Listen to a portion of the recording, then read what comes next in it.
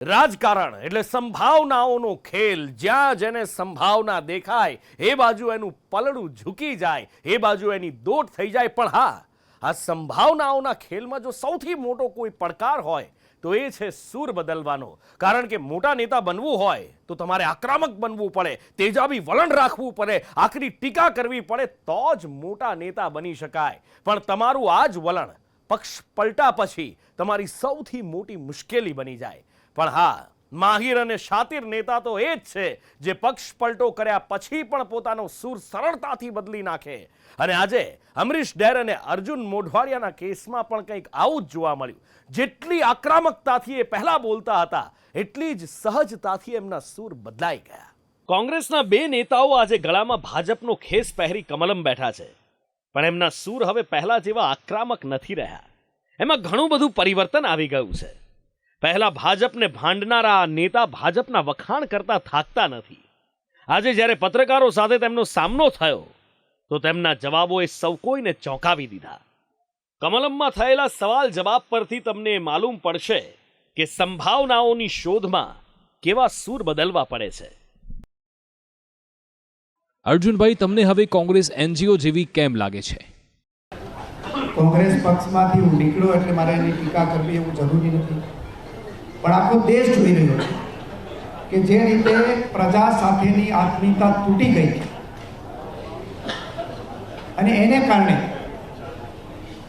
જે લોકો અત્યારે કોંગ્રેસ પક્ષ ચલાવે છે એમાં જે લોકોનું 50 વર્ષનું જાહેર જીવન હતું એ પણ છોડીને નીકળી ગયા। એનું કારણ બીજું કંઈ નહીં, આ જ કારણ હતું કે સંવાદ તોડી દીધો છે અને એને કારણે આજે દેશમાં મજબૂત વિરોધ પક્ષ જોઈએ એ પણ આજે ત્યાં રહ્યો, ગુજરાતમાં નહીં દેશમાં એવી સ્થિતિ ઊભી થઈ ગઈ છે। એટલે એમાં જે નેતૃત્વ છે એની વિશે મારે કહેવાની જરૂર નથી, એને આત્મખોજ કરવી પડશે। હવે હું ત્યાં રહ્યો નથી, મારે એને સલાહ પણ આપવી નથી। બીજી તરફ એક સવાલના જવાબમાં અમરીશ ડેરે રાજકારણનું વાસ્તવિક ચિત્ર જ જનતા સામે મૂકી દીધું। એક પત્રકારે સવાલ કર્યો કે પહેલા તમે વિરોધ પક્ષમાં બેસતા હતા, હવે સત્તા પક્ષમાં બેસશો તો તાલમેલ કેવી રીતે બનાવશો? મારે કેવું છે, રાજનીતિ પહેલું સૂત્ર છે કે રાજકારણની અંદર કોઈ કાયમી મિત્ર નથી, કોઈ કાયમી દુશ્મન નથી। અને જો લડાઈ હતી એ મુદ્દા આધારિત છે, કોઈ વ્યક્તિગત કોઈને વાંધો તકલીફ, એને કાંઈ અમારું લઈ લીધું હોય, એને અમારું કંઈ નુકસાન કર્યું હોય, અમે એનું કાંઈ લઈ લીધું હોય, અમે એનું કંઈ નુકસાન કર્યું એવું નથી। તો લડાઈ હતી એ મુદ્દા આધારિત છે। હવે વારો હતો એ આખરી સવાલનો જે સંદેશ ન્યૂઝના પત્રકારે પૂછ્યો। અર્જુનભાઈ, પહેલા જેમના માટે તમે આકરા શબ્દો વાપરતા હતા, હવે અચાનક પરિવર્તન કેવી રીતે? શું હવે તમે પહેલા વાપરેલા શબ્દો માટે માફી માંગશો? જુઓ, આ વાત સદંતર ખોટી છે કે આ શબ્દો મેં વાપરેલા છે કોઈ વ્યક્તિગત રીતે, સિમ્બોલિક રીતે શબ્દો વાપર્યા હોય પણ એ કોઈને લાગુ પડતા એવું નહીં, કોઈ દિવસ આવું કહું નહીં। હું મુદ્દા આધારિત અને આંકડા આધારિત કરવાવાળો માણસ છું અને ટીકા મેં ઘણી બધી કરેલી છે। એ હું તો એમ કહું છું કે મને આટલી ટીકાકાર હોવા છતાં પણ મને પ્રવેશ આપ્યો, એનાથી વિશેષ શું હોય છે? એ એની ઉદારતા બતાવે છે। હું તો જ્યાં હતો ત્યાં તકલીફ હતી કે ત્યાં મળવું હોય તો 5-5, 7-7 વર્ષ સુધી રાહ જોવી પડતી હતી, ત્યારે મુલાકાત તમને મળતી હતી। અને એ આસામના મુખ્યમંત્રીએ આ બાબતે ખૂબ લંબાણથી વાત કરેલી છે, એટલે મારે નીકળતી વખતે વાત નથી કરવી, પણ હું તો આ બધા ઘડાયેલા આગેવાનો છે। ચા બનાવવાવાળા વડાપ્રધાન થઈ જાય વારસામાં નથી મળે। કોંગ્રેસમાં તો અમારે તકલીફ એ હતી કે કલમી આંબાઓ છે, એટલે પોતે બીજ ઉગાડવાની અંદરથી જે મહેનત કરવી પડે, બીજ ઉગે જમીનમાંથી, એટલે એને કેટલીક પીડા સહન કરવી પડતી હશે અને પછી છોડ થાય, ફરી કોઈ ઘોડો ખાવા આવે તો એનાથી બચતું રહેવું પડે અને પછી છોડવો મોટો થાય। આ તો કલમી આંબા છે, એટલે ત્યાં તકલીફ હોય, અહીંયા તો કશી તકલીફ નથી અને મને આવકાર્યો એનાથી મોટી વિશેષ ઉદારતા કહી શકીશ। ખેર, આ તો નેતા કહેવાય જે વાતને ફેરવી તોડવામાં માહેર હોય અને એટલા માટે જ એમને અઠંગ રાજકારણી કહેવાય। પણ જૂની પાર્ટીની ખોદણી કરતા કોંગ્રેસના નેતાઓ લાલઘુમ થયા છે। ગેનીબેન ઠાકોરે પક્ષ પલટો કરનારને સ્વાર્થી ગણાવ્યા છે, જ્યારે ભરતસિંહ પક્ષ પલટો કરનારને જનતા છોડતી નથી એવું કહી રહ્યા છે. સામદામ દંડની ભેદની જે રાજનીતિ છે એમાં ક્યાંક ને ક્યાંક વશ થઈને આવું થતું છે, તો એ જે જાય છે એમને મુબારક. એ બાજુ અત્યારે ક્રેઝ છે એટલે દેશવારથી લોકો છે એ બાજુ જશે, આ બાજુ જ્યારે પલ્લું ભારું થશે તો એના એ લોકો આ બાજુ આવશે. એટલે કે આ રાજકારણ લોકશાહી એની પરંપરા રહી છે, હંમેશા ઉગતા ને પૂજતા હોય. ભારતીય જનતા પાર્ટી તોડફોડની રાજનીતિ કરે છે, જે લોકોને વિચારધારા, સમજ, આઈડિયોલોજી, પ્રજાની સેવાના પ્રશ્નોને બાજુએ મૂકી અને જ્યાં સત્તાના સમીકરણ ટકાવવા માટેના જુદા જુદા અખતરા કરી રહ્યા છે. ભૂતકાળના અનુભવ પ્રમાણે અનેક લોકો પક્ષ છોડી ગયા પછી પણ સ્વાભાવિક રીતે છોડનારા લોકોને જનતાએ છોડ્યા નથી, એમને જડબાતોડ જવાબ આપ્યા છે. પક્ષ પલટો કરીને ભાજપમાં આવીને મંત્રી બની ચૂકેલા કુંવરજી બાવળિયાએ પણ પક્ષ પલટા પર પ્રતિક્રિયા આપી, જે પક્ષ પલટા પાછળ વ્યક્તિગત ઈચ્છાને કારણ ગણાવી રહ્યા છે. એ તો દરેકના પોતાના ઈચ્છાની મનની વાત હોય છે, ક્યાં કયા પક્ષમાં રહેવું ક્યાં ન રહેવું એ પોતાની મનસુખી પ્રમાણે પોતે નિર્ણય કરતા હોય છે. એ તો દરેકના પોતાના ઈચ્છાની મનની વાત હોય છે, ક્યાં કયા પક્ષમાં રહેવું ક્યાં ન રહેવું એ પોતાની મનસુખી પ્રમાણે પોતે નિર્ણય કરતા હોય છે. તો ગાંધીનગર કમલમમાં ભાજપનો ખેસ પહેરવામાં સૌરાષ્ટ્રના બીજા એક નેતા મુળુ કંડોરિયા પણ હતા, જેમના પર લોકોનું ધ્યાન ઓછું હતું, પણ તેમને નજરઅંદાજ કરી શકાય એમ નથી. સંદેશે તેમને સવાલ પૂછ્યો કે પક્ષ પલટા બાદ લોકો તમને સ્વીકારશે, જેના પર મુળુ કંડોરિયા બોલ્યા કે વિકાસ થઈ રહ્યો છે તો જનતા કેમ ન સ્વીકારે. લોકો સ્વીકારે, 100% સ્વીકારે, કારણ કે આજની જે પરિસ્થિતિ છે, આજે જે પરિસ્થિતિમાંથી દેશ પસાર થઈ રહ્યો છે, અને એમાં ખાસ કરીને ગુજરાત પસાર થઈ રહ્યું છે, ત્યારે ગુજરાતમાંથી નરેન્દ્ર મોદી સાહેબ અને અમિતભાઈ શાહ જે લીડિંગ કરી રહ્યા છે હિન્દુસ્તાનમાં, એને લોકોએ સ્વીકાર્યા છે અને લોકોએ એના અનુભવ કર્યા છે, એટલે લોકો 100% સ્વીકાર છે અમારી વાત. નાના કરતે પ્યાર તુમ્હી સે કર બેઠે, આ ફિલ્મી લાઈન ગુજરાત કોંગ્રેસના સેંકડો નેતાઓને, અનેક ધારાસભ્યોને વહેલા મોડી લાગુ પડી જ જાય છે. કોઈ યોગ્ય સમયે જાય છે તો કોઈ યોગ્ય સમયની રાહ જુએ છે. પાણીના પ્રવાહની જેમ વહેતી રાજનીતિમાં અચાનક વમળ બનવા લાગે છે. પણ આજ તો અસલી રાજકારણ છે કે નેતાઓ જેમ પાર્ટી બદલાય એમ તેમના સૂર પણ બદલી નાખે છે, સિદ્ધાંતો બદલી નાખે છે, ત્યાં સુધી કે ચરિત્ર પણ બદલી નાખે છે.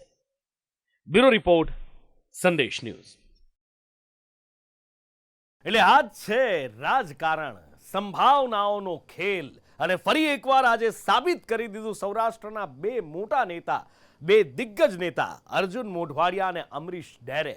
આમ જુઓ તો રાજકીય દ્રષ્ટિએ કોંગ્રેસ કોકડું વળી ગઈ છે અને પોતાના માટેની સંભાવના જોતા આ બે નેતાઓએ પાર્ટી બદલી નાખી. પહેલા ભાજપને ભાંડતા હતા એ નેતા હવે ભાજપના વખાણ કરી રહ્યા છે. પણ આ નવું નથી, આની પહેલા પણ આવું થઈ ચૂક્યું છે. પણ આ સંભાવના જન્મી કેવી રીતે, આની પાછળના કારણો શું છે ઇનસાઇડ સ્ટોરી, અને હા, કેવી રીતે પાર પડ્યું ઓપરેશન લોટસ, હવે એ જુઓ.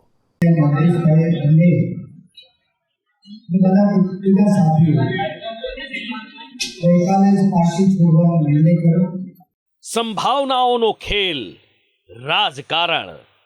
મોઢવાડિયા અને ડેરે મારી મહોર. સંભાવનાઓ જોતા કર્યો પક્ષ પલટો. રાજકારણ માટે કહેવાય છે કે આ સંભાવનાઓનો ખેલ છે.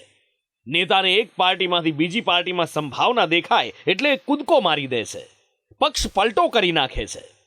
ગુજરાતના રાજનેતાઓ માટે જો કોઈ સંભાવના હોય તો એ છે ભારતીય જનતા પાર્ટી. કારણ કે ગુજરાત વિધાનસભા પર અંદાજિત 30 વર્ષથી ભાજપનો કબજો છે. લોકસભામાં પણ ભાજપે 2 વાર વ્હાઇટ વોશ કર્યો છે અને હવે હેટ્રિકની તૈયારી છે. એટલે વાત સ્પષ્ટ છે કે આજની તારીખે નેતાઓને ગુજરાતમાં ભાજપ સિવાય ક્યાંય સંભાવના દેખાતી નથી. અને એ જ કારણ છે કે કોંગ્રેસના નેતાઓ આ સંભાવનાઓ શોધતા પોતાના પક્ષની વંડી ઠેકી પક્ષ પલટો કરી ભારતીય જનતા પાર્ટીમાં જોડાઈ રહ્યા છે. આજે સૌરાષ્ટ્ર કોંગ્રેસના 2 દિગ્ગજ નેતા અર્જુન મોઢવાડિયા અને અમરીશ ડેર ધામધૂમથી ભાજપમાં જોડાઈ ગયા. ગુજરાત ભાજપના પ્રદેશ પ્રમુખ CR પાટીલે કોંગ્રેસમાંથી આવેલા અર્જુન મોઢવાડિયા અને અમરીશ ડેરને ભાજપની ટોપી અને ખેસ પહેરાવ્યો. હવે સવાલ થવો સ્વાભાવિક છે કે આ બંને નેતાઓને ભાજપમાં શું સંભાવના દેખાઈ તો તેમણે પક્ષ પલટો કર્યો. સૌથી પહેલું, એમની રાજકીય મહત્વકાંક્ષાઓ પૂર્ણ થશે. મોઢવાડિયાને સાંસદ બનવાના અભરખા છે, બની શકે કે અત્યારે નહીં તો આવનારા સમયમાં પણ એ પૂરા થઈ શકે. ડેરને ગુજરાત સરકારમાં કામ કરવાની લાલસા છે. બની શકે એમને લીલી પેન મળી શકે. પોતાના વિસ્તારમાં અટકી ગયેલા વિકાસના કામને વેગ મળે. પડતર પ્રશ્નોનો નિકાલ આવે. સત્તાનો સ્વાદ ચાખવા મળે અને મજબૂત પાર્ટીમાં હોવાનો સંતોષ મળે. રાજનીતિ એક એવી રમત છે જેમાં ક્યારેય કોઈ કાયમી દોસ્ત નથી હોતા, ન તો ક્યારેય કોઈ કાયમી દુશ્મન હોય છે. ગુજરાતથી લઈને દેશમાં નેતાઓના બદલાતા રૂખ, અચાનક જાગતી અંતરાત્મા, મધરાતે આવતા સપનાઓ અને રાજકીય લાભાલાભના બદલાતા ચશ્માઓ આ રાજકારણની વરવી વાસ્તવિકતા છે. અને આ જ રાજકારણ માટે રાજકીય પાર્ટીઓ પોતાની ફ્રેમમાં સેટ ન થતા હોય એવા નેતાઓને પણ બગલમાં બેસાડી ખભે ખેસ પહેરાવી દે છે, માથે ટોપી અને ગળામાં હાર તુરા કરી સ્વાગત કરે છે. કારણ કે એમનું ગણિત કંઈક જુદું હોય છે. ગુજરાતમાં ભાજપે શરૂ કરેલા ઓપરેશન લોટસ પાછળ એવા કયા કારણો જવાબદાર છે કે વિધાનસભામાં 156 બેઠક જીતેલી ભાજપ, 2 વાર લોકસભામાં કોંગ્રેસનો ક્લીન સ્વાઇપ કરી ચૂકેલી ભાજપ કોંગ્રેસના એક પછી એક નેતાઓને કેસરિયા કરાવી રહી છે. એવી તો કઈ મજબૂરી છે કે દુનિયાની સૌથી મોટી રાજકીય પાર્ટીને કોંગ્રેસના સામાન્ય કાર્યકર્તા પણ મહત્વપૂર્ણ લાગે છે. એનો જવાબ છે ભાજપની રણનીતિ, ભાજપની દૂરદ્રષ્ટિ. કારણ કે ભાજપ ચૂંટણીના ગણિતને ખૂબ સારી રીતે સમજે છે. ગુજરાતમાં લોકસભાની ચૂંટણીમાં ભારતીય જનતા પાર્ટીએ દરેક સીટ પર દરેક ઉમેદવાર માટે 5 લાખથી વધુની લીડનો ટાર્ગેટ સેટ કર્યો છે. નેતા એવો પસંદ કરો જે સામેવાળી પાર્ટીનો આધાર હોય. સામાન્ય વોર્ડ પ્રમુખથી લઈને પ્રદેશ કક્ષાના નેતાઓ સુધી જે પણ મળે એને સીધા ઉઠાવો. કોંગ્રેસ તૂટે છે એવો માહોલ બનાવી સામા પક્ષનું મોરલ ડાઉન કરવું કે જેનાથી ભવિષ્યમાં રાજકીય મહત્વાકાંક્ષાવાળો કાર્યકર કે નેતા ભાજપનો સંપર્ક કરવા મજબૂર બની જાય. સામા પ્રવાહે લડીને માત્ર સંઘર્ષ મળે, સત્તા પક્ષે રહેવાથી ઘણું બધું મળી જાય તેનો પરોક્ષ મેસેજ આપવો. આ રાજનીતિના સોગઠાઓ વર્તમાન રાજકીય પાર્ટીઓમાં ભાજપ સારી રીતે ગોઠવી શકે છે. ભાજપનું ચૂંટણીલક્ષી બૂથ મેનેજમેન્ટ હોય કે પછી એક સામાન્ય કાર્યકરને સીધું પદ આપવાની વાત હોય, વિપક્ષમાંથી આવેલા નેતાઓને પણ કદ પ્રમાણે પદ આપવાની વાત હોય, ભાજપ એ પણ જાણે છે કે દુશ્મન ઉગતો કેવી રીતે ડામવો. અને વર્તમાન રાજનીતિના જાણકારો એ પણ કહે છે કે ભાજપને ખબર છે કે દુશ્મનના શબ્દને હથિયાર કેવી રીતે બનાવવું. ઇતિહાસ રહ્યો છે ગુજરાતની રાજનીતિનો. બોલકા નેતાઓ સામા પક્ષે રહીને ગાળો ભાંડતા જોયા છે. એવા શબ્દો બોલતા સાંભળ્યા છે કે જેના સૂરથી પોતાના કાર્યકર્તાઓને તાન ચઢે અને સામે છેડે ભવા ચઢે. એવા શબ્દો પણ બોલતા સાંભળ્યા છે કે જે રાજનીતિની પરાકાષ્ઠાઓથી પર જઈ સીધો એટેક હોય. પણ સંભાવનાઓ વર્તમાન રાજનીતિના આત્મામાં સવાર થઈ ગઈ છે. સમય બદલાય એમ નેતાઓના બોલ પણ બદલાય છે. જે એક સમયે ભાંડતા હતા એ આજે વખાણ કરવા લાગ્યા છે. કોઈ છોડીને જાય કોઈ કોંગ્રેસ પક્ષ ત્યારે જુદી જુદી એજન્સીઓના નામ આપે, બીજા નામ આપે, પણ દાવા સાથે કહું છું કોંગ્રેસના મારા સહિતના તમામ આગેવાનો છે એને કોઈએ ક્યારેય ડર બતાવ્યો નથી. આજે ત્યાં છે એને નથી બતાવ્યો, મને પણ ક્યારેય ડર નથી. મારા ઉપર 151ની કોઈ કલમ નથી લાગી, બીજા આગેવાનોને નથી. એટલે આજે આ પ્રચાર થાય છે એ પ્રચારને કારણે નહીં, કોઈ લાલચને કારણે નહીં, પણ બદલાવ લઈ આવવો છે. અને બદલાવ આપણી નજર સામે આજે માનની અધ્યક્ષ શ્રી સી આર પાટીલ સાહેબે કહ્યું એમ આપણા બધાની નજર સામે આવે છે. અને એમાં કંઈક યજ્ઞમાં થોડીક આહુતિ એક કાર્યકર તરીકે આપી શકીએ.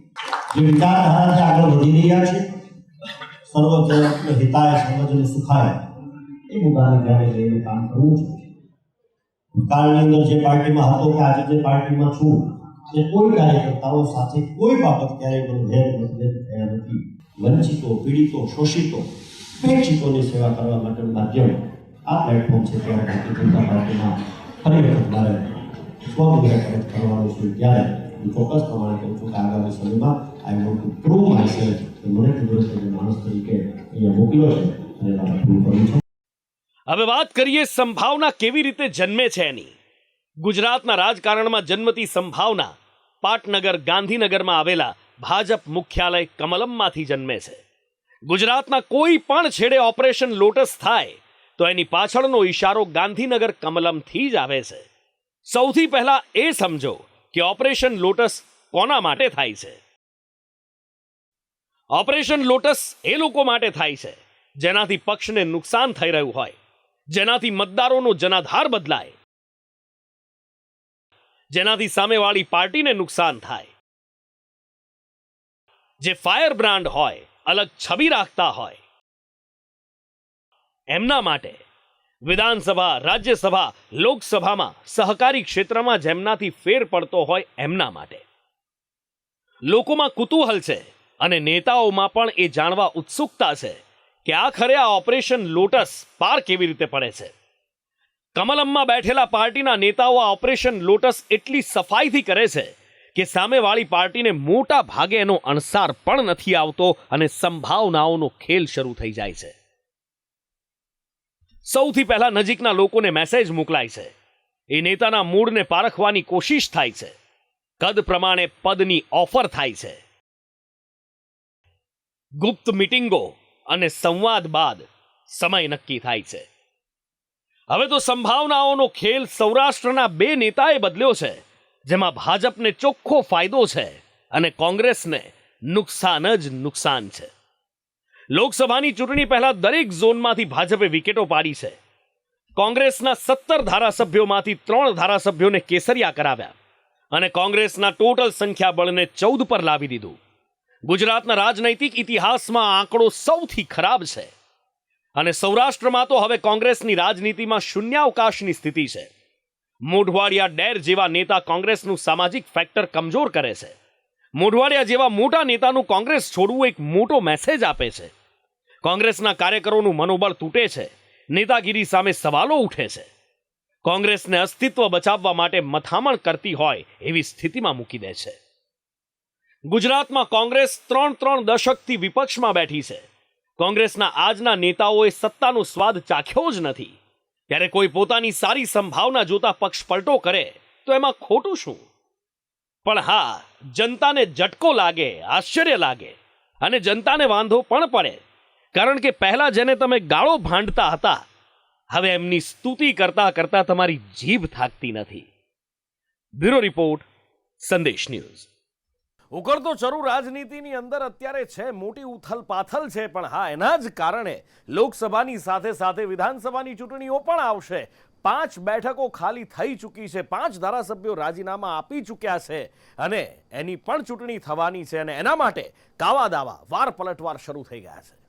ચૂંટણી લોકસભાની આવી રહી છે, પરંતુ લોકસભાની તૈયારી સાથે વિધાનસભાની તૈયારીઓ પણ શરૂ થઈ ગઈ છે. કારણ કે ગુજરાતમાં લોકસભા પહેલા જ ભાજપે વિપક્ષની 5 વિકેટ ખેરવી નાખી હતી. ચૂંટણી પહેલા ગુજરાતમાં ખાલી પડેલી બેઠકોની વાત કરીએ તો ખંભાતમાં ચિરાગ પટેલ, વિજાપુરમાં CJ ચાવડા, પોરબંદરમાં અર્જુન મોઢવાડિયા, વાઘોડિયામાં ધર્મેન્દ્રસિંહ વાઘેલા અને વિસાવદરમાં ભૂપત બાયાણી. મહત્વનું છે કે આ તમામ બેઠકો પરના ધારાસભ્ય રાજીનામું આપી ભાજપમાં જોડાઈ ગયા છે, જેમાં 3 નેતા કોંગ્રેસમાંથી ભાજપમાં આવ્યા છે: અર્જુન મોઢવાડિયા, CJ ચાવડા અને ચિરાગ પટેલ. જ્યારે વાઘોડિયાના ધર્મેન્દ્રસિંહ વાઘેલા પહેલા ભાજપમાં હતા અને અપક્ષમાંથી જીતીને આવ્યા હતા, જે પણ હવે રાજીનામું આપી ભાજપમાં જોડાઈ ગયા છે. જ્યારે ભૂપત બાયાણી ગુજરાતમાં નવી સવી આવેલી આમ આદમી પાર્ટી વિસાવદરના ધારાસભ્ય હતા, જેમણે પણ ભાજપનો ખેસ પહેરી લીધો છે. રાજીનામું આપનારા તમામ ધારાસભ્યો ભાજપમાં જોડાઈ જતા પ્રબળ શક્યતા છે કે પેટા ચૂંટણીમાં પણ તેઓ જ ઉમેદવારી કરશે. આ સાથે આ બેઠકો પર કેટલાક જૂના જોગીઓ પણ ટિકિટ માંગી રહ્યા છે. ત્યારે મેદાને કોણ ઉતરે છે તે તો સમય જ બતાવશે. જ્યારે કોંગ્રેસ માટે તો મોટું કમઠાણ છે, કારણ કે વડાપ્રધાન મોદીની લાટ વચ્ચે જે જીતીને આવ્યા તેવા દમદાર નેતા હવે ભાજપમાં જોડાઈ ગયા છે. પરંતુ કોંગ્રેસને આશ છે કે 2017ની પેટા ચૂંટણીમાં કોંગ્રેસમાંથી ભાજપમાં ગયેલા નેતાઓ હાર્યા હતા, તેવી જ રીતે આ નેતાઓને પણ હરાવાશે. પરંતુ હાલ ભાજપમાં જનારા નેતાઓની સ્થિતિ ઘણી મજબૂત છે. સાથે વિધાનસભાની ચૂંટણીનો ટાઈમિંગ ભાજપ માટે ફાયદાકારક છે, કારણ કે લોકસભા માટે ભાજપનો મજબૂત પ્રચાર રહેશે અને આ અંતિમાં ભાજપના ઉમેદવારો પેટા ચૂંટણીમાં તરી જાય તેવું અનુમાન છે. હાલ તો ભાજપે લોકસભાની સાથે વિધાનસભાની પેટા ચૂંટણીની તૈયારીઓ શરૂ કરી દીધી છે. બીજી તરફ કોંગ્રેસ અવઢવમાં છે. ચૂંટણીની તૈયારી કરવી કે પછી ડેમેજ કંટ્રોલ માટે કવાયત કરવી. પરંતુ ખેલ તો ત્યારે જામશે જ્યારે આ પેટા ચૂંટણી માટેના ઉમેદવારો જાહેર થશે. માનવામાં આવી રહ્યું છે કે ભાજપ લોકસભાના ઉમેદવારો જાહેર થયા બાદ જ પેટા ચૂંટણીના ઉમેદવાર જાહેર કરશે, જ્યારે કોંગ્રેસ છેલ્લી ઘડીએ નામ જાહેર કરે તેવી શક્યતા છે. આ સાથે પેટા ચૂંટણી માટે ખાલી પડેલી બેઠકોની સંખ્યા વધે તેવું પણ કહેવાઈ રહ્યું છે, કારણ કે લોકસભાની 5 લાખની લીડ માટે ભાજપ વિપક્ષની હજીએ 2-3 વિકેટો ખેરવે તેવી ચર્ચા છે. ત્યારે આગામી ચૂંટણી ખૂબ રસપ્રદ રહેશે તેમાં શંકાને કોઈ સ્થાન નથી. બ્યુરો રિપોર્ટ, સંદેશ ન્યૂઝ.